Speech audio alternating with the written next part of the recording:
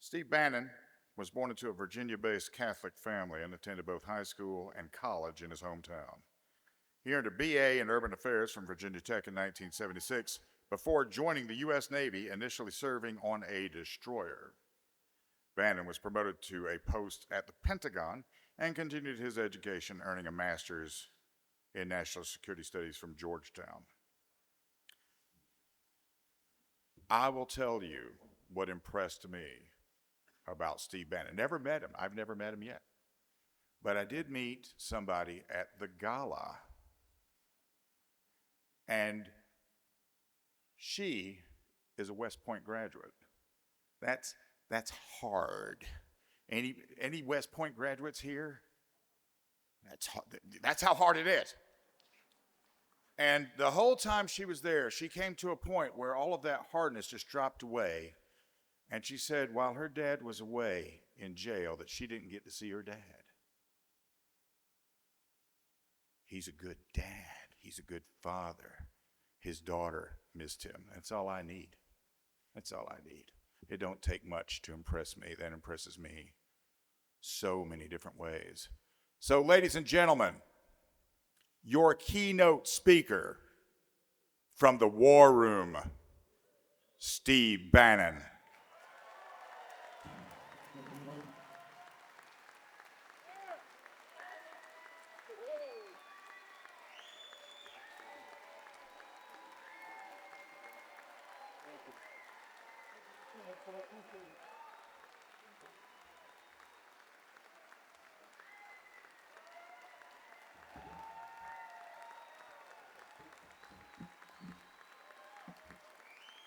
Thank you.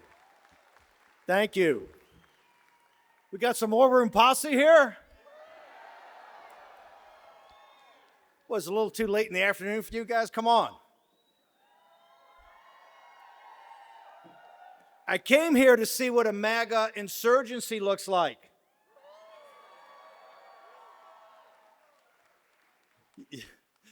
You all have worse press than I do. And that's just the local paper. Look, I came here for one reason. This is raw political power, right? You took it back from the establishment, right? You took it right back from the establishment. Let's go back to those dark days of 2021. Remember that? President Trump had just won his second term, but was he in Washington, D.C.? Trump won, right? Damn right. You damn. They stole it, right? Stole it right in front of us. Stole it with cooperation of the Republican establishment, did they not? Because Trump, not in the room, not in the deal, and President Trump not only put you in the room, he put you at the head of the table, correct? Is that what's going to save this country? It has to. How did we get in this shape? How do we get here? Well, Joe Biden's part of it. He's part of it.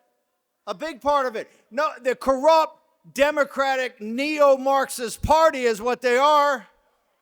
Backed by the lords of easy money, the sociopathic overlords on Wall Street, the global corporatists, the apartheid state oligarchs in Silicon Valley, which the progressive movement and progressive Democrats created. We didn't create it. Trump didn't create them. Hell, Trump's got Zuckerberg on trial that started in Washington, D.C. this very day. Remember all the talk about Trump? Trump said, oh, they're all there at the inauguration, and Trump's going to kowtow to him, going to give him everything. And Zuckerberg came, and he was a supplicant, had his money, and gave it over and over again, right? He started trial today to break up Facebook.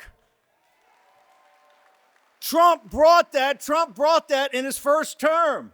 And Zuckerberg begged him, please, whatever you do, I can't go to trial because he's got to testify. He's got to testify in front of the American people of what he did to shut down the conservative movement and silence people so they could steal an election. And we haven't even got to his criminal activity, the $450 million he gave to steal the 2020.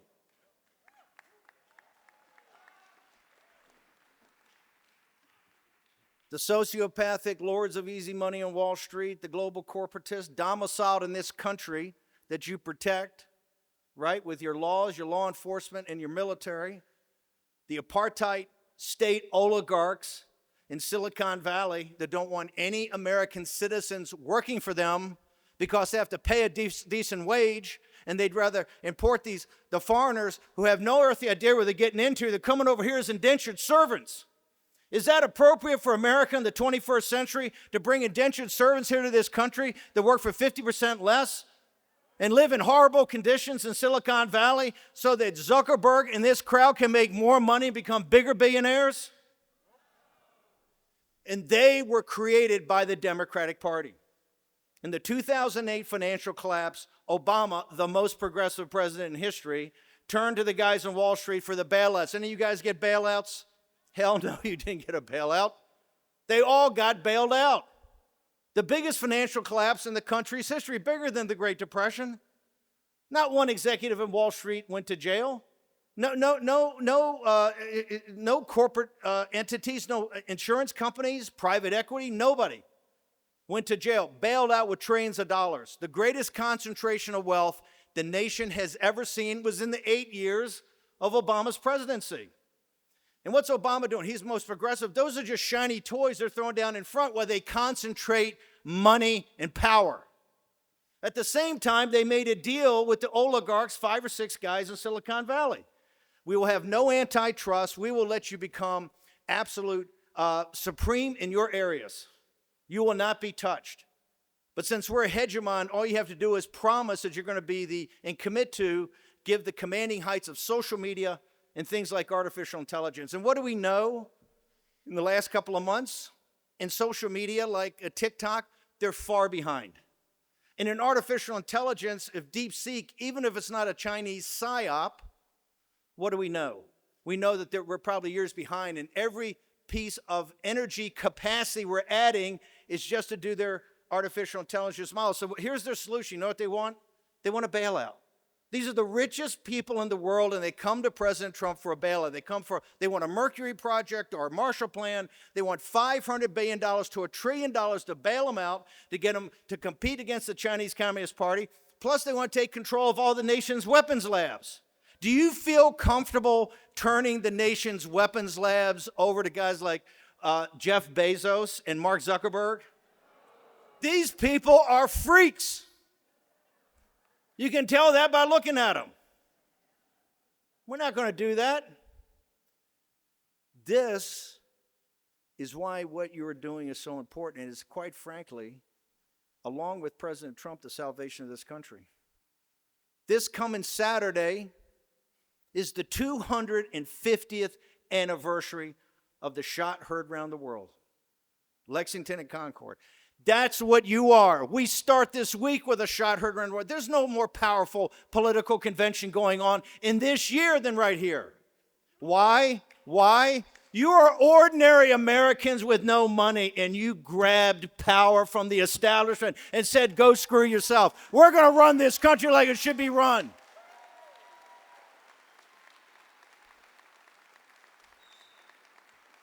Look at the media reports. You guys seize power, MAGA insurgency, radical MAGA. What's so radical about what you're asking for? That working class and middle class people use your agency. That's what they hate most about what you're doing. They want you sitting on the sofa. They want you watching Netflix and just sitting there. Not doing what the patriots in Lexington and Concord did, which is get up and fight to take your country back.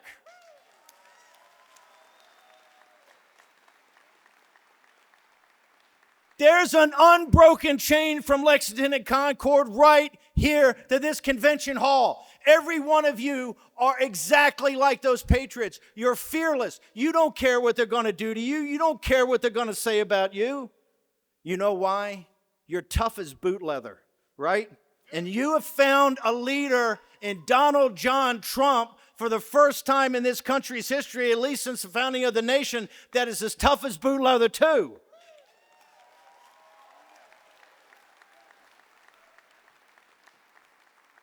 You're here to pick your delegates and your leaders, and they're going to go to Columbia for the state convention, right? My Lord. Oh, man. Are those folks ready for that? Those Republican rhinos? This is the same thing. I just got back. The two shining examples in this nation right now. There's a couple others that are coming on.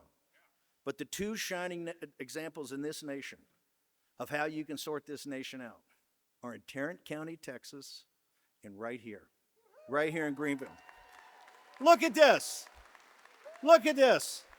This is not an election year. This is called, you got to borrow yourself and use your human agency. That's what they fear. They fear a free people coming together. And you have disagreements, you have fights. Hell, if I read the media, you're having fights every time you meet. But that's what it's supposed to be. You think the Patriots, do you think the Patriots had a group hug every time they met? Hell no. They knew what they had to do. And it came down here eventually to South Carolina to end this thing, right? Yeah. And it ended in my state, the Commonwealth of Virginia, but they were pretty beat up by the time they got there. They were ready to surrender. It's amazing. And what's most amazing is the individual we have as our leader that's inspired so many of you, President Trump, right? A man like that. And Bill Maher, I did Bill Maher on Friday in L.A., in Beverly Hills. And, he had just gone to the White House. I don't know if you guys got to see it. I don't sense there's a lot of Bill Maher fans in the audience, so I will summarize. I think it was Kid Rock had Bill Maher go to the White House and have a dinner with the president. And Bill Maher had a list. He starts off, he's got a list of 10 pages long. And it's everything that President Trump has called Bill Maher over the last 10 years. It may be 20 pages long. Caitlin Collins is the new stand-in for Bill Maher, okay? So, it's Trump. It's some rough stuff. And President Trump takes his pen out, reads it, and signs it and autographs it.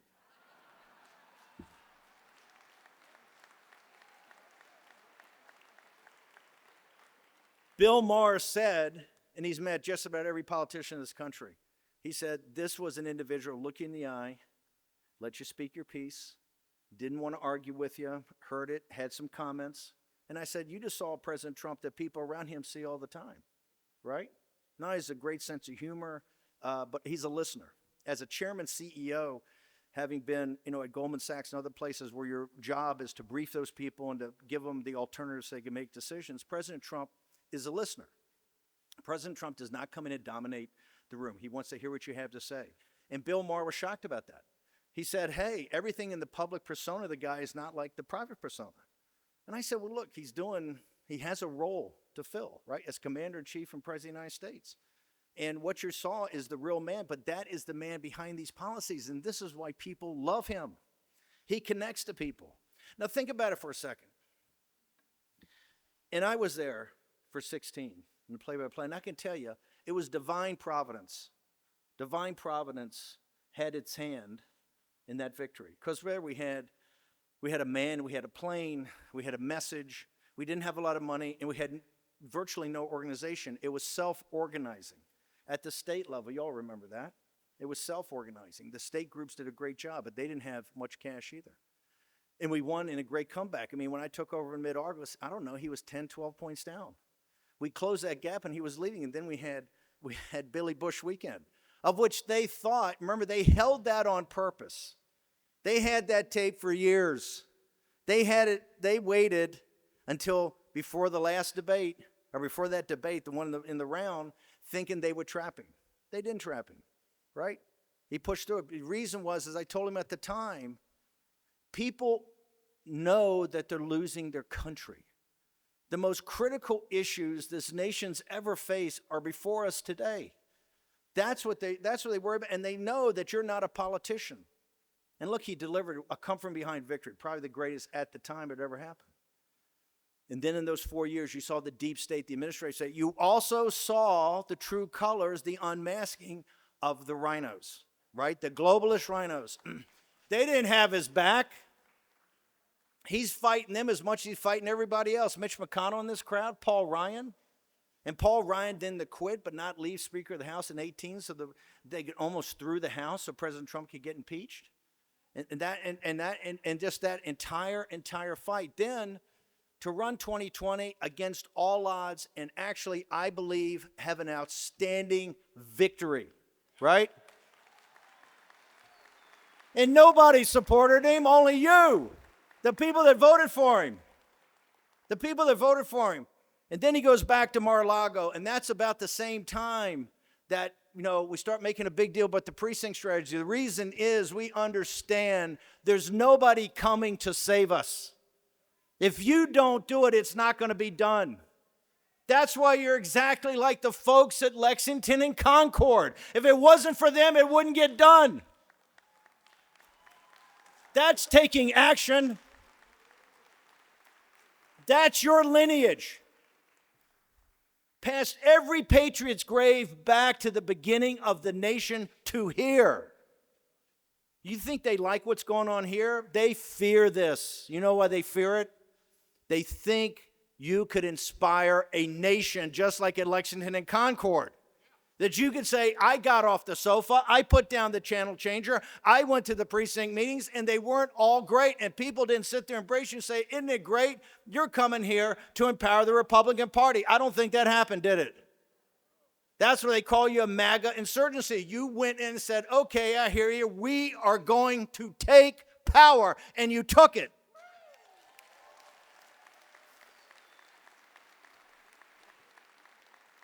So what happened? Trump goes to Mar-a-Lago, and all of a sudden, people around the country like yourself go, it's the rally point. We have to get engaged. The Republican Party's not going to save us. Fox News, the Murdochs aren't going to save us. We have to save ourselves. That is one of the most important moments in American history, the darkest days. Go back to 2021. How crushed you were, how much you said, like, oh my God, this is over. And look at that neo-Marxist regime that took over, and look what they tried to do. The billboards, if you saw anything, say something. It was like the Stasi in East Germany. Hell, we got people watching that German movie, The Lives of Others, and they're sitting there going, oh my God, this is just like East Germany was. It's happened in the United States, and it did happen in the United States. And what did President Trump do? Think about this for a second. He's down in Mar-a-Lago. He could have played the game. He could have taken a big book deal. He could have gone and bought more golf courses. He could have gotten to the open rota back in Europe. He could have gotten into the PGA, got Bedminster in the PGA. He's got a beautiful wife. He's got great grandkids. If you've ever been in Mar-a-Lago, it's like Xanadu, okay? It's a nice life. It can be an easy life. And he didn't choose that path. Think about that for a second.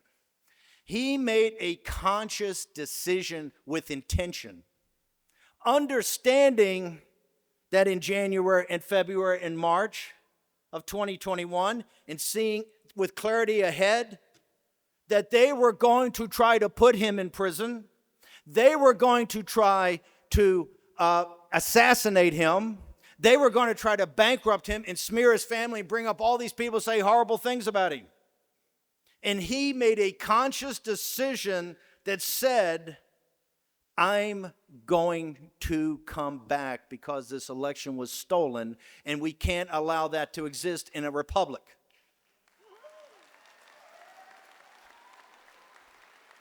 You can read Jack Kennedy's profiles and courage, read them all. You add them up and triple them, and they're not even a tenth of the moral courage that Donald John Trump showed by saying, I'm coming back for the good of this republic. If we allow this thing to be stolen and we roll over, if we take the easy path, the path that the Republican Party has taken for decade after decade after decade, we're going to lose this republic. And who had his back? Did the big shots on Wall Street, did all the big pundits in the Republican Party, everybody's made millions of dollars off Trump, did they have his back? No. You had his back. That's why he did it. He knew the MAGA movement was going to have his back. Because you're a honey badger also. You don't care. What are they going to do to you? Bankrupt you, put you in prison? Try to kill us all. Hey, I dare them, right? We dare you. This movement's ascended. President Trump came back in 4 years. Remember, they're all talking, it's got to be DeSantis and Nikki Haley's going to be this, that. They're never going to be president of the United States.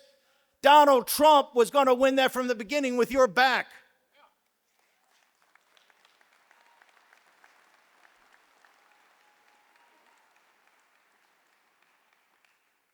And they hate, man, you think if they hating on Trump, and they hate when I start saying he had moral clarity and he's not perfect, right? Not perfect. We've had one perfect individual in mankind's history, right? President Trump's not, and they nailed him to a cross, did they not? State authorities. This week also. Trump, it's his imperfections that make him more powerful. It's his imperfections. He's overcome his imperfections to come back and be this leader. Only Washington, Lincoln, and now Trump. General Washington at the beginning of the nation, the birth of the nation, Abraham Lincoln at the rebirth, and Donald Trump at the rejuvenation and to return America to her former greatness. That's why they hate him.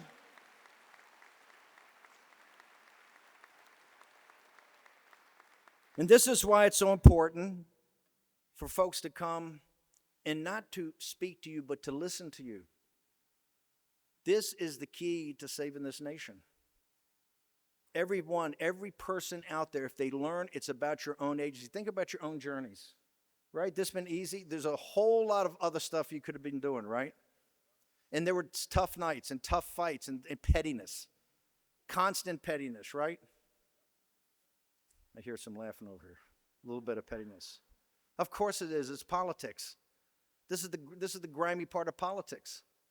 You're fighting for control of the greatest and most powerful nation in the history of the earth, right?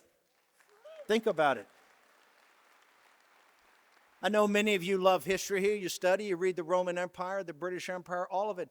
The United States of America is so much more powerful, has done so much more in the world than any of the great empires in ancient times. And you are one of the key players, and I would argue the key player in its survival and its future.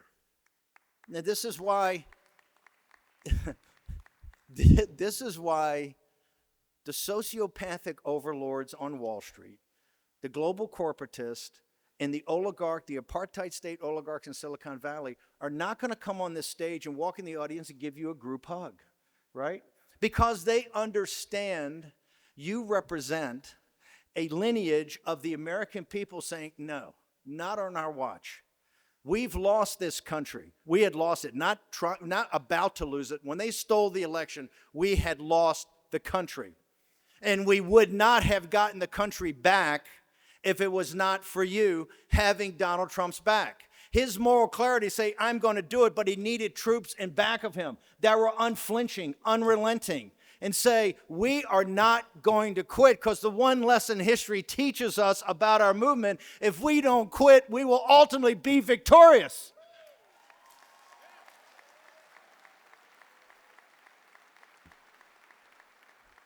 How did you feel on the evening of 5 November, about 10 or 11 o'clock, right? When all the pundits, they're sitting there all day, look, the urban areas are turning out and the universities are turning out, and you just see their long faces all night.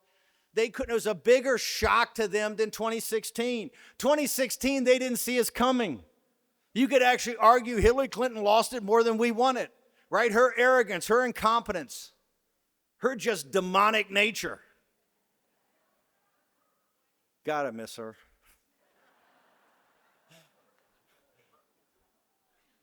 They saw Trump coming for 4 years.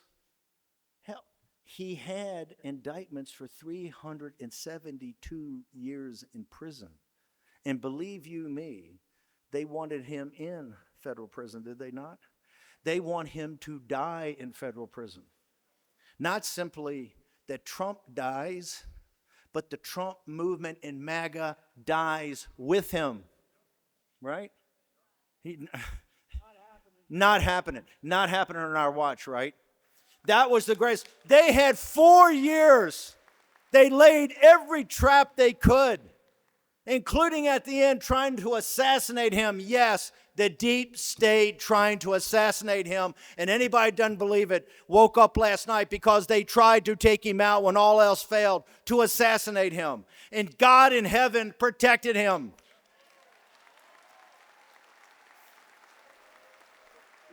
That's why the big steal, God works in mysterious ways. The big steal was providential. Think of what the second term would have been like when they're all ganged up around him, right?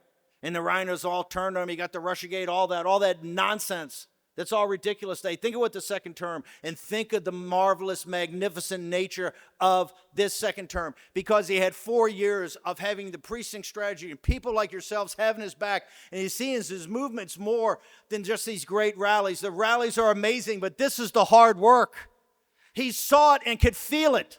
You could see it in the states. You could see it with the turnout. Hell, this is what Elon Musk, when he came in, he said, I fully support that. I see it's a grassroots, it's a MAGA plus strategy. Because you don't have the money, the billions of dollars they have to go up on TV. You have to do it from the grassroots. And the smartest engineer in the world looked at it and goes, hey, I'm with them. And look at Trump. And look at Trump. And look at all the public intellectuals. Russ Vogt at Center for Renewing America. The Brooks over at America First, Brooks Rollins, America First Policy Institute, Stephen Miller at America First Law Institute, Meadows and Senator DeMint at CPI, Conservative Policy Institute, and wait for it, Project 2025, right? You're damn right. You damn right. Bringing it together, thinking of every vertical, every policy of national security, America First economic policy, and my favorite, deconstructing the administrative state. 4 years. And look at the courage of those people. When they stepped out and stepped into this, their careers would have been over. They made a bet on Trump, but more importantly, they made a bet on Trumpism and MAGA. That this is what we have to do, and these are among the smartest people in the country, and the folks I just named are all in the second term, thank God in heaven, right? They stole it, and two things happened. Number one, all the cards got flipped over. These aren't your grandparents' Democrats. These are a bunch of radical, atheistic, neo-Marxists out to destroy this country. And President Trump had 4 years to prepare, so now I gave that interview years ago, and I said, hey, we're trying to flood the zone, do 2 or 3 things every night. Hell, he's doing a dozen every day. That's because of preparation, and they're sticking. You know, Bill Maher is sitting there, and he's trying. I mean, he met Trump, he's impressed, and his audience turned on him, not in the studio, but later online. Oh, my Lord. They turned to him for saying good things about Trump, but he's in there, and he says, hey, I notice you're talking about Trump third term. I said, yeah, working on that with some folks. He says, well, I want to give you something. A Constitution of the United States. He says, you know, then he read on his show. He went and read the 22nd Amendment. He says, you see, it's right there. He gave it to him. I want you to hold it. I want you to know. I said, Bill, President Trump right now on exerting his Article 2 power, which is a long way before your amendment you're talking about, right? It's up in the body of the work. Doing his Article 2 power of Chief Executive Officer of the United States government, the Commander-in-Chief of our armed forces, and the Chief Magistrate and Chief Law Enforcement Officer of this government. Right now, there are 150 lawsuits, and every day they get 6 or 7 more. I said, I can tell you right now, it's black letter what his responsibilities are, but you guys are in it challenging it every day. And guess what? We ain't going to amend this, but I think we got a couple of 3 workarounds, so just stand by.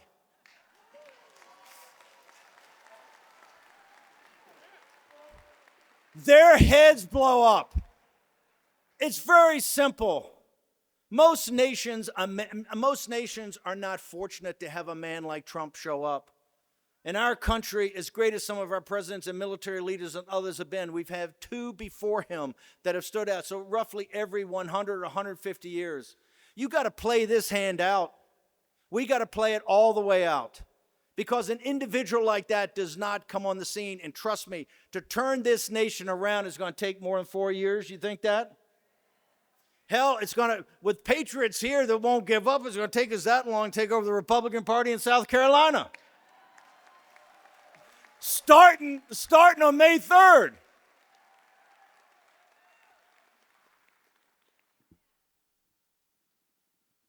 President Trump right now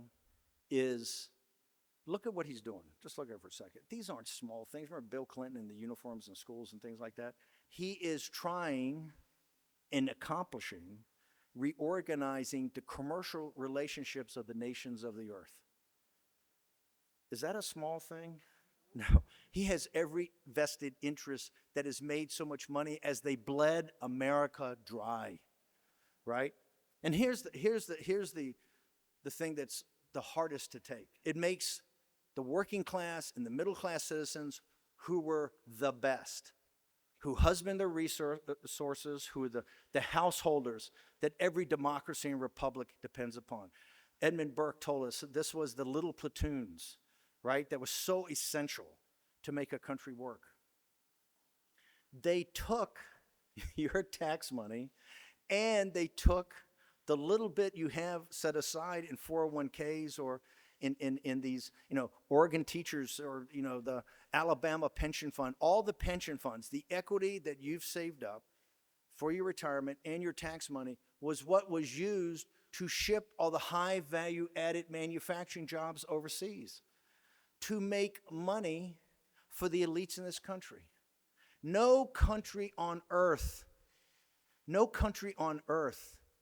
has ever been betrayed by the elites of their nation like the United States of America in the 21st century, right? And here's what they did it for. Not for ideology, not for any noble purpose. They did it for money. And money they turned into power. And the only thing that stands in the way of their complete takeover is a guy named Donald Trump and the MAGA movement, right? Think about it. Think about that. President Trump, he's reordering the world economic system, and it's not easy. What he's trying to do is quite simple, to bring high value added manufacturing jobs back to the United States of America. No great power can exist without being a manufacturing superpower. And yet all day long on TV, I get all the service industry, they put up consultants and McKinsey and Booz Allen and Goldman Sachs. Hell, that's all the service business. And that can come and go with a whim. There's no sustainable competitive advantage. There's sustainable competitive advantage in what you make, in the intellectual property you make it off of. And that's what makes economies grow, and this is what makes communities thrive. Trump understands that, and he's taking on the world. And every day you have other people coming, boom, boom, boom. He's driving towards that. At the same time, he's rethinking the geopolitical structure of the world since the Second World War. And he's saying, hey, I think the framers had a pretty good idea. It was called the Monroe Doctrine. We're going to revert back to a hemispheric defense. And that defense is going to go at least from the Panama Canal. That is ours, and we're taking back, right? Jimmy Carter and all you feckless Democrats going to give it to people who immediately transferred it to the Chinese Communist Party for money. All the way up to Greenland. Why Greenland? Because you block the Russian Navy coming out of Murmansk and Archangel. You block them. They can't be a threat to the United States. So we say to Europe, our great allies in NATO, who have never really paid for the defense at all, it's the United States of America that does it. If they sit there and go, Bannon, it's so harsh. We got 2 carrier battle groups as we sit here today in the Red Sea. 2, with 24,000 young sailors, right? Keeping the Red Sea open for the Suez Canal so that oil from the Gulf and goods from China can go the Suez Canal to Europe. And what are the Europeans doing? You got 1 British frigate, you got 1 Italian corvette. You got one French destroyer. That's all they're putting up. Because the elites in this country are in business with them. They sold out this country to them, so certainly they're going to protect them. And that's what President Trump's saying. No, the elites in Europe are as wealthy as elites in America. It's time they start paying up. The working people in Europe have retired 50 or 55 on a full pension. You got full health care. You got free college. You take, 6 or 8 weeks off in the summer. You go to the summer in Europe, nobody's there. Do you have that? No, you don't have that. And the reason is the good jobs have been shipped away. But more importantly, you're spending $1 trillion on defense right now to protect these folks. And more importantly, the greatest asset you have, your sons and daughters are the ones on the carrier battle groups. They're the ones walking patrolling the Hindu Kush. That's the 101st Airborne Brigade that's in Romania. That's what's in the South China Sea. The very people that are the backbone of the nation that have sacrificed everything, it's their children that are volunteered, not the elites' kids, right? How many progressive Democrats you got over there? Yeah, you have some Navy SEALs because that's gone a little woke, right? But Pete Heggs is going to take care of that.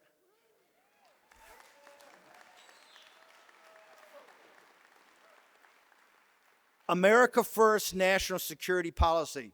Sit down with the Russians. Let's talk about a rapprochement. Let's stop this killing field in Ukraine. Folks, when people say it's going to be Third World War is here. If you go back to September of 1939 in Poland and take it all the way to June of 1941 when the Wehrmacht attacked their allies, the Russians, you take that time and you take North Africa, the fall of France, the Blitz over Britain, the Battle of Britain. I'll throw in Finland. And some stuff and other stuff in North Africa. It's a couple 100,000 people. Terrible, but not huge casualties. Hell, we've lost 1.5 million in Ukraine, right? That people in this audience said, no way, we should not do that. It was the elites in this country that forced the Ukrainians to go fight that fight. Remember, Mersheimer said, the elites in this nation are going to lead the Ukrainians down the primrose path to their destruction. And when it comes to burdensome, and what I mean by burdensome, when the frickin' European elites got to start paying for it, not the American taxpayer, all of a sudden, whoa, we need to bring it to a head. That's how heartless they are. Do you think they care about the Ukrainian people? Look at Ukraine. Ukraine looks like Dresden in 1945, and they could care less.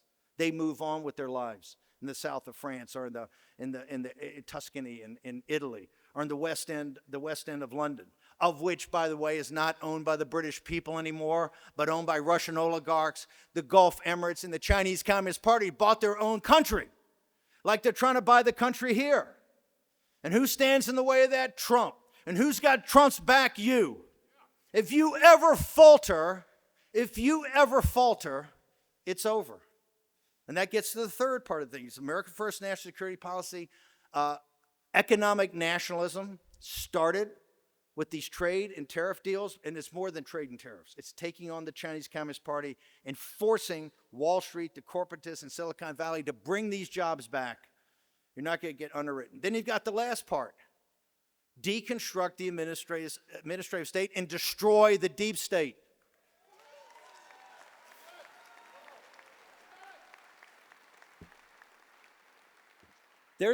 I don't call it a deep state because it ain't deep. It's up in your grill. President Trump's like like a leader in Saigon in 1967. 9/10 of that government are not just anti-MAGA, they're anti-American. They're globalists. They do not believe in the nation state. They do not believe in the Treaty of Westphalia. They do not believe in this republic as a constitutional republic. And I will tell you, the first opportunity they got to take Trump out, they will take Trump out. You cannot trust any of them. People say, well, I said, he's doing so much. The one thing I would recommend we do a little quicker, with a little more urgency. We take a trenching tool out and we start digging them out of the FBI, the Department of Justice, the CIA. Is it right? Look at this. Your American patriots have fought in every modern war. Your sons and daughters have fought. You're the patriot, the backbone of the nation. And you're cheering, taking down the FBI, taking down the CIA. Things would be unheard of 40 or 50 years ago. Why? You've had a great awakening. You understand what's gone on. You've seen a man like Trump come along with a revolution of common sense, and what did they do to him? They tried to destroy him. What was it about Trump? What did Trump say? What did Trump do? What was so awful that he had to be destroyed? He had to be put in prison till he died, or he had to be assassinated. What was it about Trump? Is that he stood up for the American working man and woman, you. And remember, the one thing they hate above all else is your empowerment. Because they understand once you're empowered, you're not going to give it back, right? You understand how you turn your country around. You're seeing it on a microcosm of how you took over the Republican Party here, right? It was no garden party, correct? Yeah. Right? It wasn't. It had to be done. Otherwise, you just controlled opposition. How did the country get like this? You said Biden or Obama or Hillary Clinton or all the neo-Barnes, but it was a Republican Party that was just controlled opposition, just kind of went along. This, like your beloved senator from South Carolina.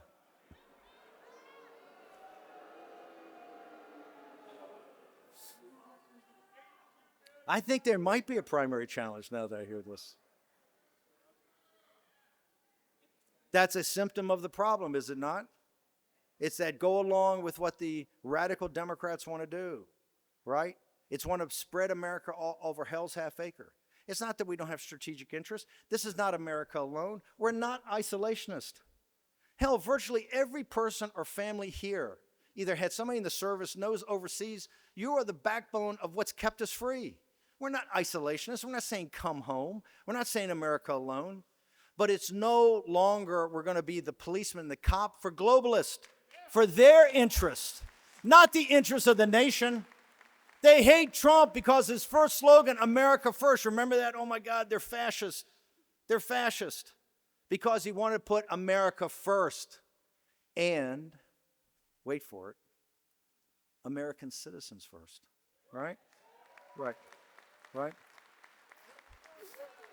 What is Trump fighting on the tariffs and the trade and all this, on the tax bill he's doing? The additional tax cut, no tax on tips, no tax on overtime, no tax on Social Security, right? He understands the American people, that the shoulders of the whole world system rest on your shoulders. Think about that. It rests on your shoulders. You're the full faith and credit of the United States. The whole monetary system, everything is on your shoulders. The whole military is on your shoulders. And you've been screwed every day for the last 50 years since President Reagan left, right? Right? Until Trump came out. That's what they hate. They hate the fact that he came with a revolution that was a great awakening.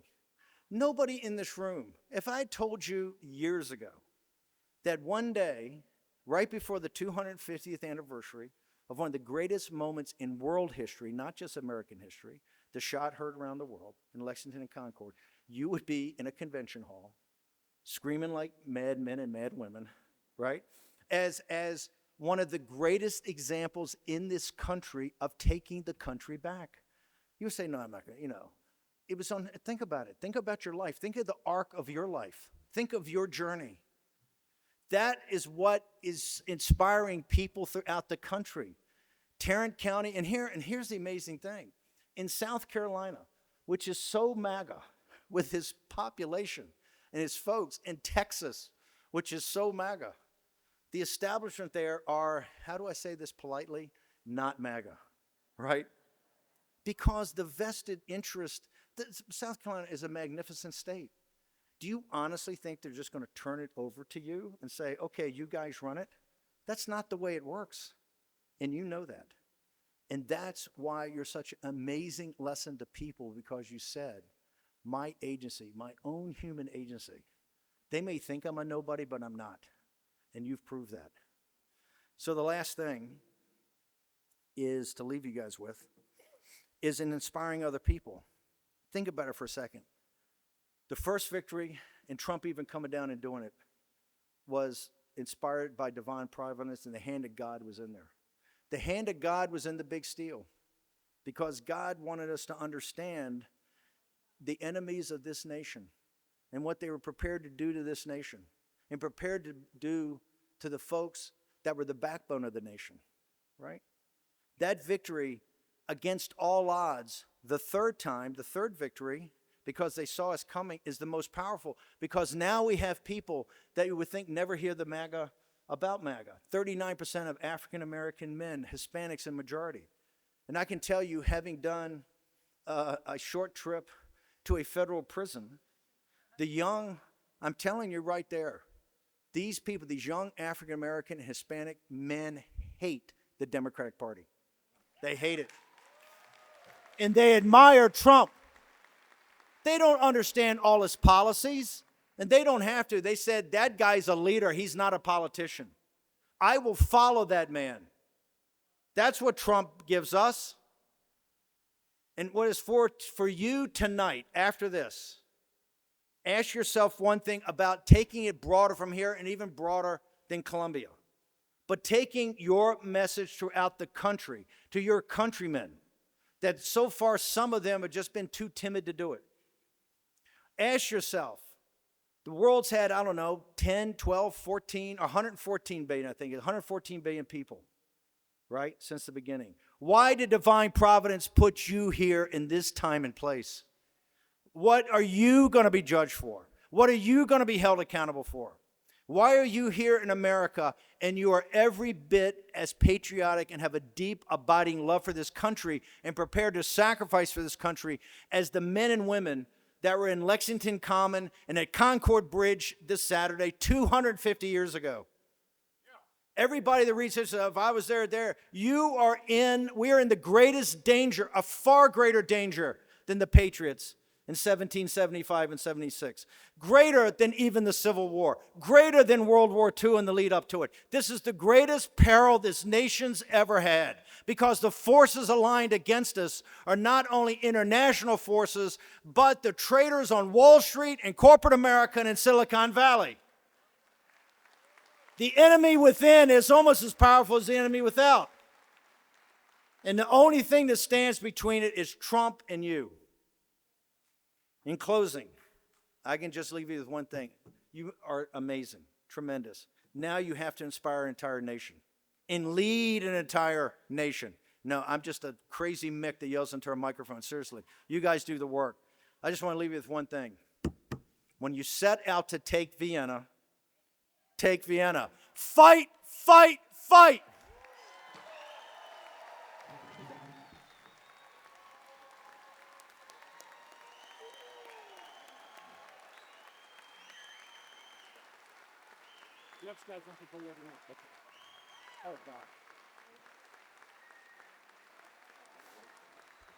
Trump 2028.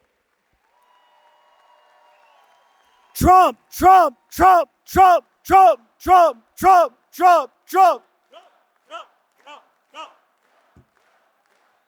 On the afternoon of January 20th, 2029, I'll have Bill Maher at the inauguration read this out loud. How's that? Little gift for you. Thank you for this. Greatly appreciate it. Cannot say thank you enough. This is an icon that we've got for Poland. I know you like the Poles. Wow. And this is Donald Trump's star on the, or used to be. Hollywood Lock. Hold it. They take this star up. He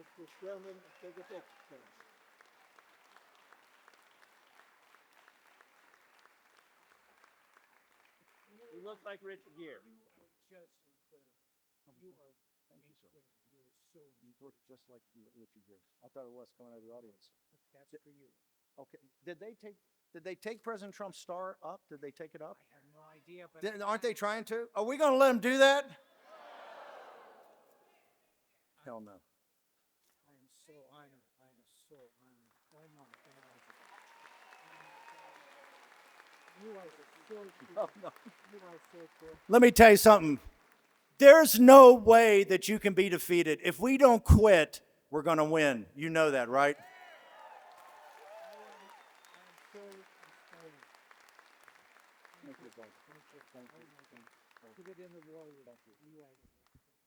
From the War Room, Steve Bannon.